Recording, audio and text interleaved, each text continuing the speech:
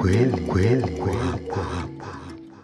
Habari za muda huu mpenzi msikilizaji na mtazamaji wa MWK. Sasa karibu katika habari zetu, na tuchielekea moja kwa moja huko nchini Jamhuri ya Kidemokrasia ya Kongo, ambako uchaguzi wa spika wa bunge la Jamhuri ya Kidemokrasia ya Kongo unatarajiwa kufanyika Alhamisi wiki ijayo.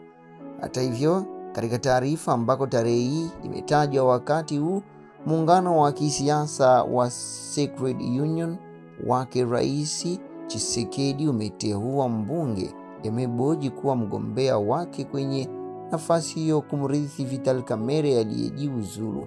Kwa mujibu wa taratibu za bunge kuhusu uchaguzi huo, wagombea wanaotafuta nafasi hiyo majina yao yatawasilishwa siku 3 kabla ya upigaji kura.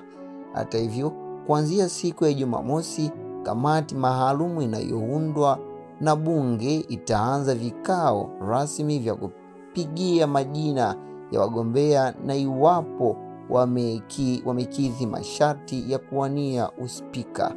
Kabla ya wabunge kupiga kura, wagombea watapata fursa ya kufanya kampeni Novemba tariki 11 mpaka 12 kabla ya zoezi hilo kufanyika, na mshindi ataapishwa baada ya uchaguzi kumalizika.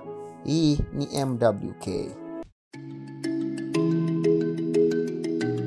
Kweli.